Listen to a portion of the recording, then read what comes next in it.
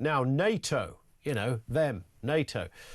So apparently they've said that the term airman is offensive and should be replaced with the gender-neutral Air Force personnel.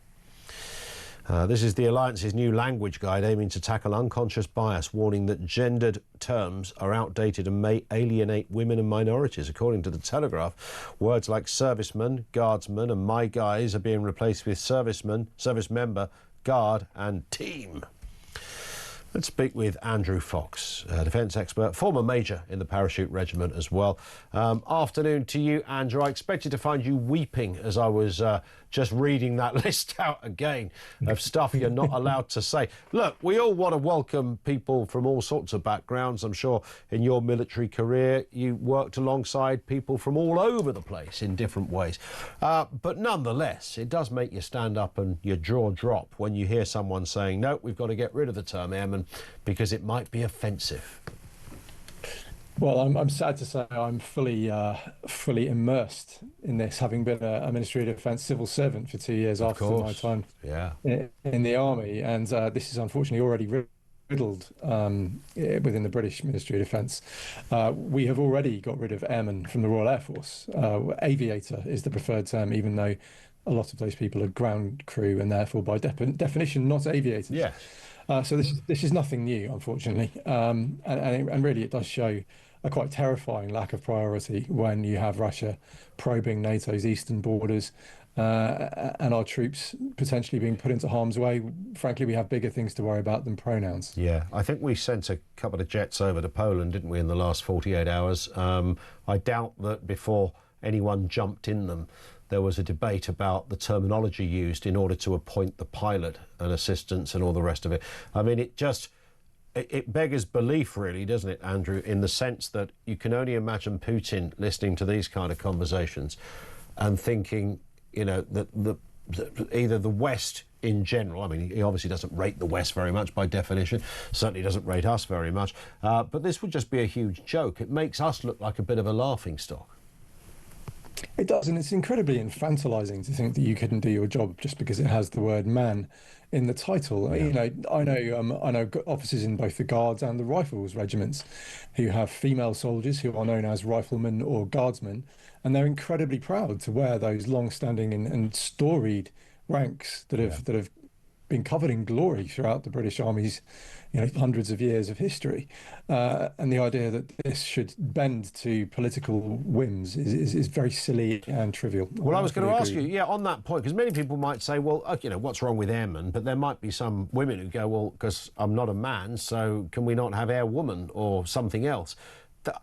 Is that view out there, or is your experience that actually mostly airman has become such an ingrained term that whether you're male or female, you kind of take it, and you know, no bloke is claiming some sort of status because it's got the word man in the title?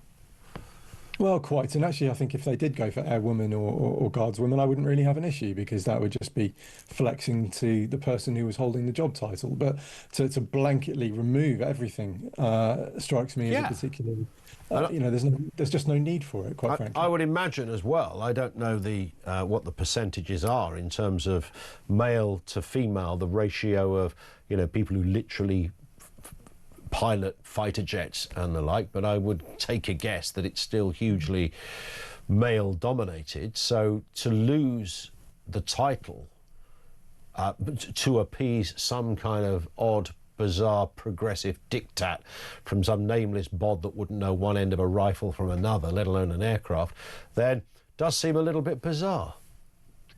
Well, of course, anyone actually flying the aircraft wouldn't be an airman anyway, because they would be flight lieutenants and squadron leaders and wing commanders. Good point. So those ranks don't even apply to pilots. Airmen in the Royal Air Force certainly used to be the lowest rank in the command structure. But look, we don't have enough soldiers in the British Army. We don't have enough jets in the Royal Air Force. We don't have enough ships in the Royal Navy, and nor do we have enough ammunition across the board to take those three arms of the services into a fight. We have far bigger problems to worry about than what somebody is called.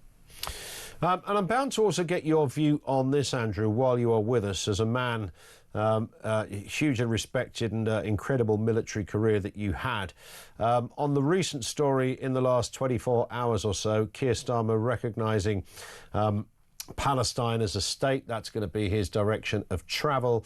Hamas, in turn, have declared victory after this happened, which I can't believe the British government or at least one person in either the MOD or just in number 10 would have said to Starmer, the minute you say that, they're going to release a press statement saying this. You might think on that basis alone you'd kind of swerve it and wouldn't go there. Mr. Starmer has gone there, and this is the consequence. An international known terrorist organisation is celebrating, thanks to us. Yeah, and there was absolutely no need to do this. It doesn't achieve anything on the ground. It doesn't bring the war in Gaza to an end. It doesn't make life any better for Palestinians or Israelis. All it really does is remove one of the key levers of negotiation that we had with the Palestinians to say you need to start behaving, and if you do, you get your state.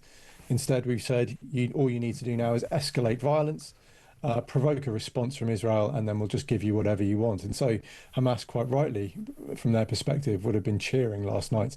And now, of course, they also get to sue us for reparations for 1948 as well. So well, it's it's a lose-lose-lose situation. I was going to say, on that basis alone, you might have thought they'd have left it alone. But, I mean, who knows where this one will go. And can I just ask you this, Andrew, while you're on? We were talking earlier about appetites for careers. And how it's changed among young people. You know, there would have been a time when somebody at school might have said, yeah, I fancy becoming a nurse. And I can remember going down the Army Recruitment Centre you know, checking out, getting the leaflets for it.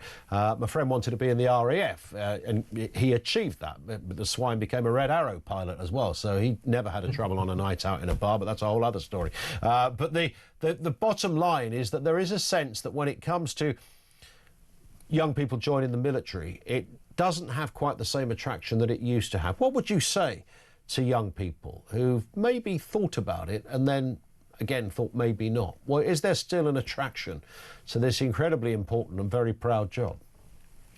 Well, I think the armed forces just need to sell themselves better. You know, I had 16 years of phenomenal experiences. I got to go to Afghanistan 3 times. I got to skydive out of Black Hawk helicopters over the Middle East.